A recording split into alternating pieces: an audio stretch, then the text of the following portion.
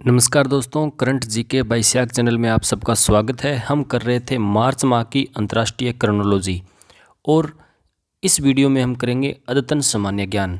जो सबसे ज़्यादा आरएएस और ईओ जिसमें इंडिया और करंट के क्वेश्चन पूछे जाते हैं, उसमें सबसे अधिक क्वेश्चन जो पूछे जाते हैं वो इसी पोर्शन में से पूछे जाते हैं। नवीन नियुक्तियों के बारे में, कोई जगह के बारे में, किसी महत्वपूर्ण घटना के बारे में। तो सबसे पहले हम कर रहे हैं अद्यतन सामान्य ज्ञान में राष्ट्रीय नियुक्तियां।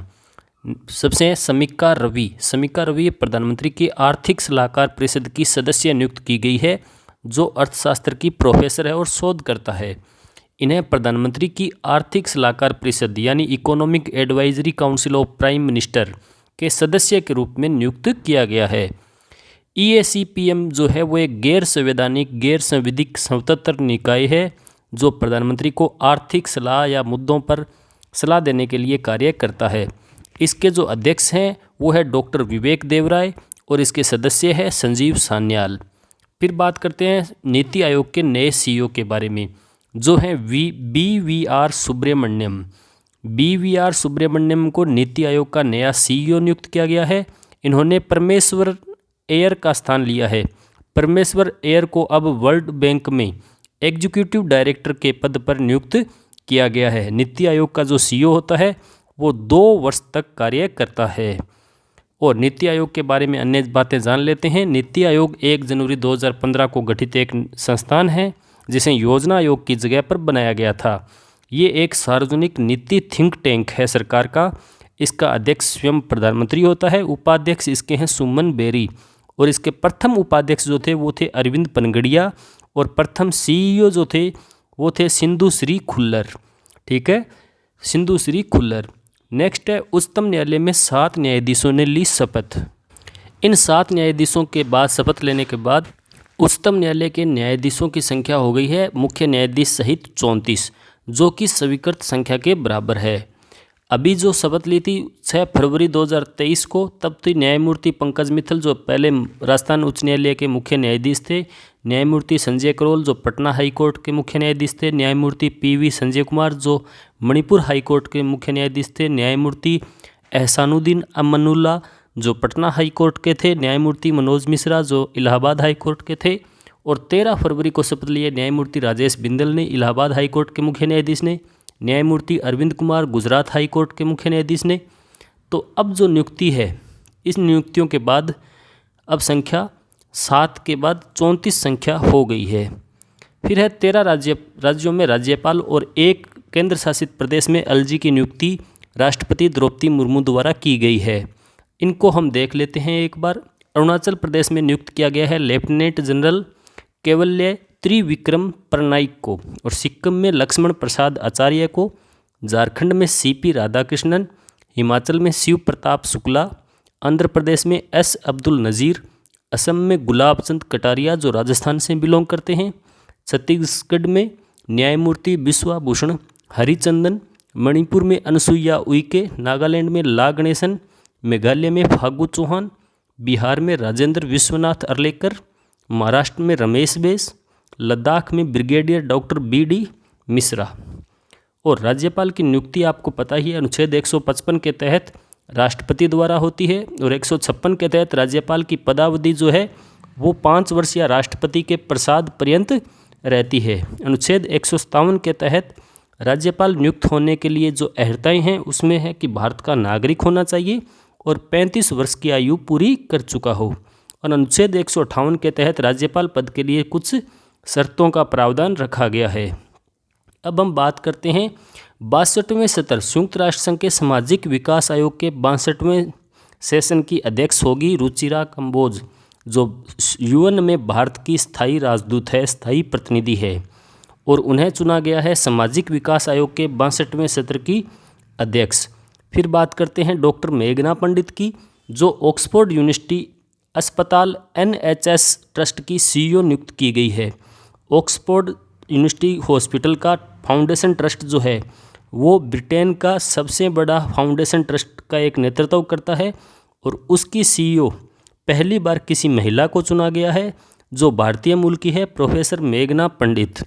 नेक्स्ट है नील मोहन यूट्यूब के नए CEO नियुक्त किए गए हैं। इन्होंने सुसान वोजिस्की का स्थान लिया है और इनके बाद नील मोहन के बाद भारतीय अमेरिकी नागरिक नील मोहन जो है, उनके बाद कई ऐसे महत्वपूर्ण कंपनियों के प्रतिनिधि हैं जो भारतीय मूल के हैं, जैसे उदाहरण के लिए गूगल के सुंदर पिचई हैं, माइक्रोसॉफ्ट के सत्या नडेला है, IBM के अरविंद कृष्णा हैं, स्टारबक्स के लक्ष्मण नरसिम्हन हैं, एडोब इनके शांतनु नारायण हैं, फेडेक्स के राज सुब्रमण्यम हैं, बाटा के संदीप कटारिया है, वीमियो के अजली सूद है, विम एयर के रघुराम हैं। तो ये वो महत्वपूर्ण कंपनियां हैं जिनके CEO जो हैं वो भारतीय मूल के हैं। किसी ना किसी एग्ज़ाम में ये कभी कभी पूछ लिए जाते हैं। फिर है बांग्लादेश के नए राष्ट्रपति निर्वाचित हुए हैं शहाबुद्दीन चुप्पू। ठीक है, शहाबुद्दीन चुप्पू जो है बांग्लादेश के 22वें राष्ट्रपति निर्वाचित किए गए हैं। इन्होंने मोहम्मद अब्दुल हमीद का स्थान लिया है। नेक्स्ट है साइप्रस के नए राष्ट्रपति चुने गए हैं निकोस क्रिस्टोडोलाइड्स। फिर है अब कुछ राष्ट्रीय नियुक्तियां देख लेते हैं। राजेश रॉय को नियुक्त किया गया है, इंडियन टेलीकॉम इंडस्ट्री का अध्यक्ष नियुक्त किया गया राजेश रॉय को। नेक्स्ट है प्रबंध निदेशक जगुआर लैंड रोवर इंडिया का प्रबंध निदेशक नियुक्त किया गया राजन अम्बा को। नेक्स्ट है सुनील तलाटी, इन्हें अध्यक्ष नियुक्त किया गया है institute of chartered account of India ICI। ये एक संसद द्वारा स्थापित संस्था है ICI जो 1949 में गठित की गई थी। फिर है मीनाक्षी नेवटिया को नियुक्त किया गया Pfizer, जो कोरोना की एक दवा बनाती है। Pfizer बायोटेक्निकल कंपनी है ये, जो बायोटेक में काफ़ी प्रसिद्ध है Pfizer। इनकी निदेशक नियुक्त किया गया है मीनाक्षी नेवेटिया को। कंट्री हेड बनाया गया है मॉर्गन स्टैनली की अरुण कोहली को। कंट्री हेड अरुण कोहली को मॉर्गन स्टैनली का। नेक्स्ट है इस्तीफा और पद। चेतन शर्मा ने भारतीय क्रिकेट कंट्रोल बोर्ड के मुख्य चयनकर्ता पद से इस्तीफा दे दिया। इन्हें पहले ही थोड़ी दिन पहले ही ज्वाइनिंग मिली थी। अब स्टिंग और ऑपरेशन जी न्यूज़ ने इनका स्टिंग ऑपरेशन किया, जिसकी वजह से इन्होंने इस्तीफा दे दिया। नेक्स्ट है आयुष्मान खुराना को यूनिसेफ इंडिया का राष्ट्रीय दूत नियुक्त किया गया है। बहुत मोस्ट इम्पोर्टेंट न्यूज़ है ये।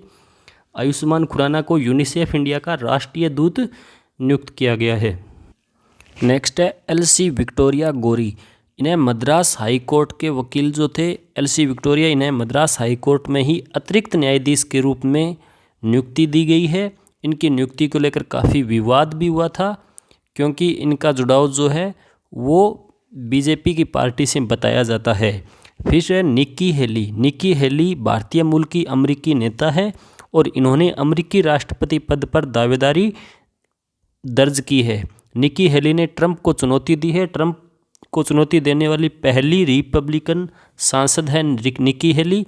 और वैसे भी US में भारतीय समुदाय का काफ़ी प्रभाव है। वहाँ के उपराष्ट्रपति कमला हैरिस जो है, उनके उपराष्ट्रपति बनने के बाद भारतीय समुदाय का काफ़ी प्रभाव देखा भी जा रहा है। और कमला हैरिस जो है वो पहली महिला और पहली अश्वेत व्यक्ति थी जो उपराष्ट्रपति बनी थी। फिर अब कुछ निधन की खबरों में है तुलसीदास बलराम, भारतीय फुटबॉलर है जिनका हाल ही में कोलकाता में निधन हो गया था।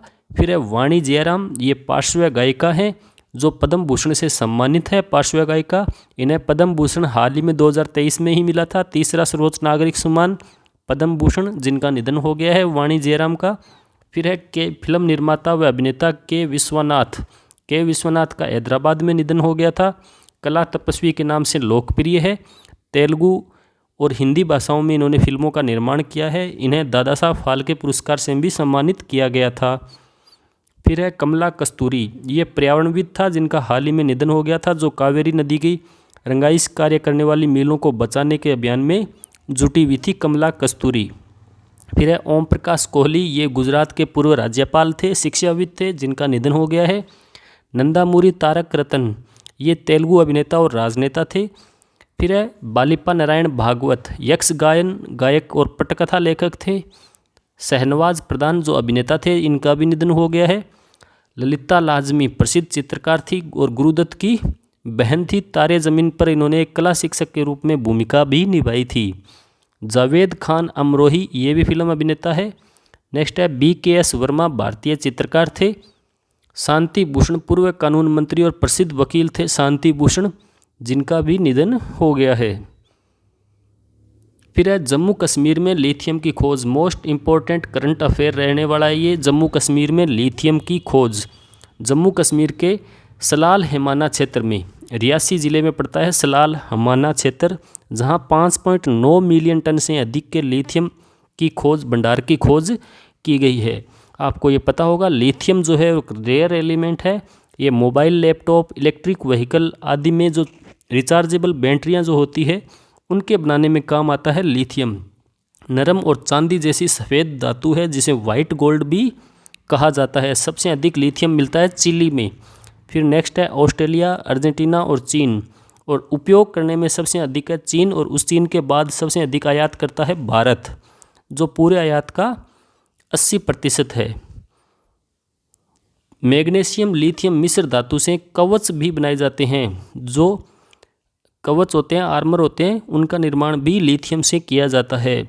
फिर है सप्तकोटेश्वर मंदिर, हाल ही में गोवा में इसका पुनरुद्धार किया गया है। गोवा की सावंत सरकार ने इस मंदिर का उद्घाटन किया है। ये मंदिर नष्ट हो गया था पुर्तगालियों के आक्रमण के बाद। और सप्तकोटेश्वर जो मंदिर है वो भगवान शिव को समर्पित है, जिसका निर्माण कदम वंश के शासक शिवचित प्रमर्दी देव ने 12वीं शताब्दी में करवाया था। अब देख लेते हैं कुछ विशेष दिवस, सप्ताह और वर्ष। भारतीय तटरक्षक बल का स्थापना दिवस मनाया जाता है 1 फरवरी को, और इस बार 47वां स्थापना दिवस मनाया गया। विश्व आर्द्रभूमि दिवस मनाया जाता है 2 फरवरी को।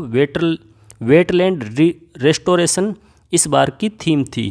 कैंसर दिवस मनाया जाता है 4 फरवरी को, और वर्ष 2022, 23 और 24 के लिए जो थीम थी वो थी क्लोज द केयर गैप। फिर है सुरक्षित इंटरनेट दिवस 2023 7 फरवरी को मनाया जाता है। दलहन दिवस जो है 10 फरवरी को, और थीम जो थी वो सतत भविष्य के लिए दालें। फिर राष्ट्रीय महिला दिवस मनाया जाता है 13 फरवरी को। भारत में सरोजनी नायडू की जयंती के उपलक्ष्य में राष्ट्रीय महिला दिवस मनाया जाता है। इस बार भारत रत्न राष्ट्र भारत कोकिला की 144वीं जयंती थी। भारत रत्न नाम गलती से निकल गया, ठीक है। राष्ट्र भारत कोकिला जो थी 144वीं जयंती थी सरोजनी नायडू की। नेक्स्ट है मृदा स्वास्थ्य कार्ड दिवस, जो 19 फरवरी को मनाया जाता है, क्योंकि 19 फरवरी 2015 को ही राजस्थान के सूरतगढ़ में मृदा स्वास्थ्य कार्ड योजना जो थी मोदी जी ने शुभारंभ किया था। विश्व सामाजिक न्याय दिवस मनाया जाता है 20 फरवरी को, और मिजोरम और अरुणाचल प्रदेश का स्थापना दिवस भी 20 फरवरी को मनाया जाता है। 1987 में मिजोरम और अरुणाचल को राज्य का दर्जा दिया गया था। मिजोरम 23वां राज्य था भारत का, और अरुणाचल प्रदेश 24वां राज्य बना था। अंतर्राष्ट्रीय मातृभाषा दिवस मनाया जाता है 21 फरवरी को। राष्ट्रीय विज्ञान दिवस मनाया जाता है 28 फरवरी को, और राष्ट्रीय विज्ञान दिवस की इस बार की जो थीम थी वो थी वैश्विक कल्याण के लिए वैश्विक विज्ञान। और भारत में राष्ट्रीय विज्ञान दिवस सर सीवी रमन की वर्ष 1930 में रमन प्रभाव की पथ प्रदर्शक खोज की याद में मनाया जाता है। विश्व अंतर्धार्मिक सद्भाव सप्ताह मनाया गया 1 से 7 फरवरी को यूएन महासभा द्वारा। भारत ऊर्जा सप्ताह 2023 मनाया गया 6 से 8 फरवरी 2023 को बेंगलुरु में। भारत ऊर्जा सप्ताह का उद्घाटन किया था पीएम नरेंद्र मोदी द्वारा। राष्ट्रीय उत्पादकता सप्ताह मनाया गया 12 से 18 फरवरी को। वित्तीय साक्षरता सप्ताह मनाया गया 13 से 17 फरवरी को। अब कुछ शब्द संक्षेप है।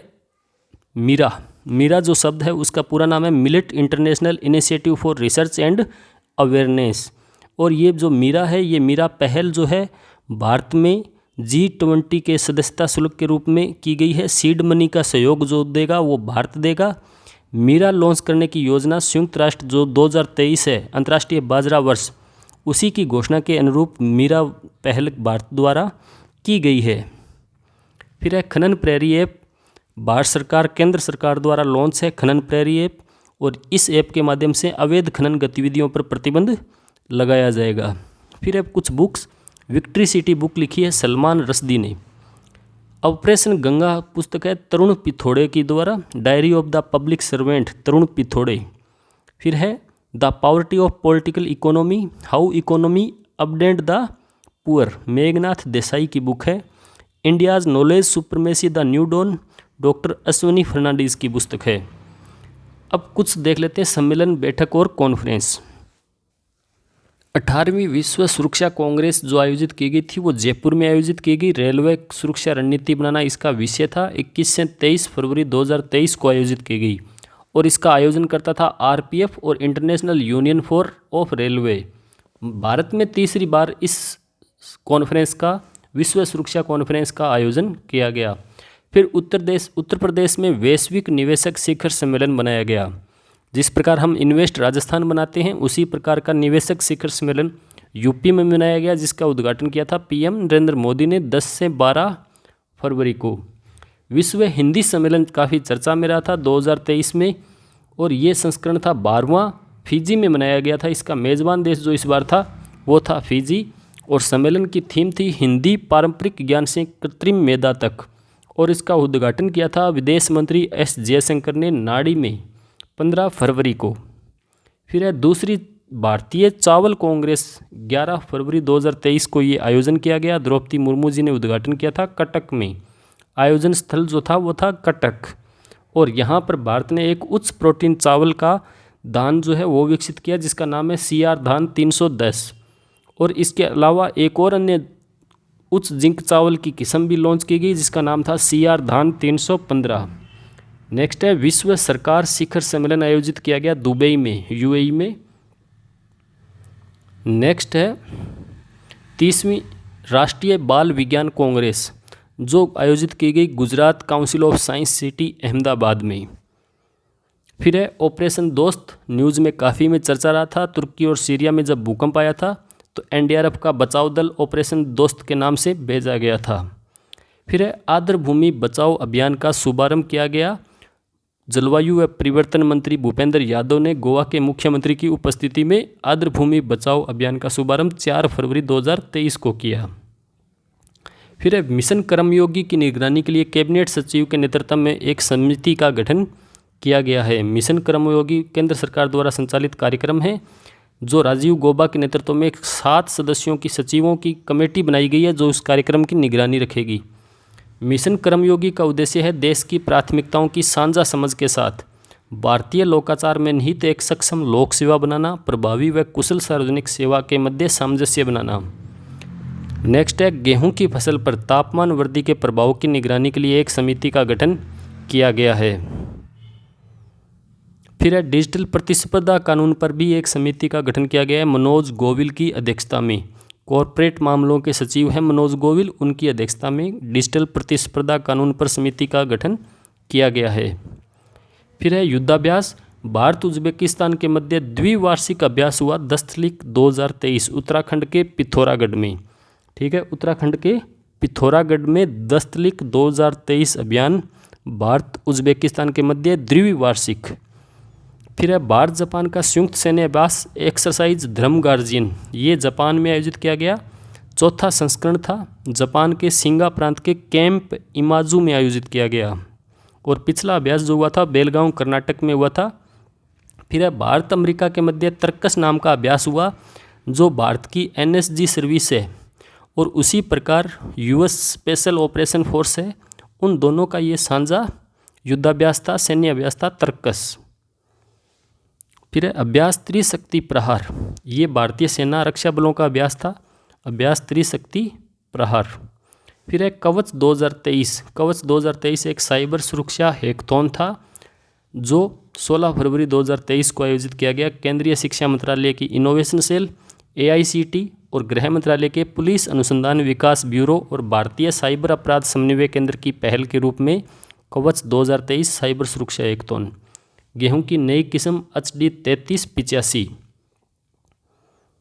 नेक्स्ट है एरो इंडिया शो 2023, एशिया का सबसे बड़ा एरो इंडिया शो आयोजित किया गया बेंगलुरु में, कर्नाटक में और ये 14वां द्विवार्षिक संस्करण था एरो इंडिया शो का और इसका उद्घाटन PM नरेंद्र मोदी जी ने किया और इसकी थीम जो थी वो थी 1 अरब अवसरों के लिए runway, the runway to a billion opportunity और ये एशिया का सबसे बड़ा एयर शो है।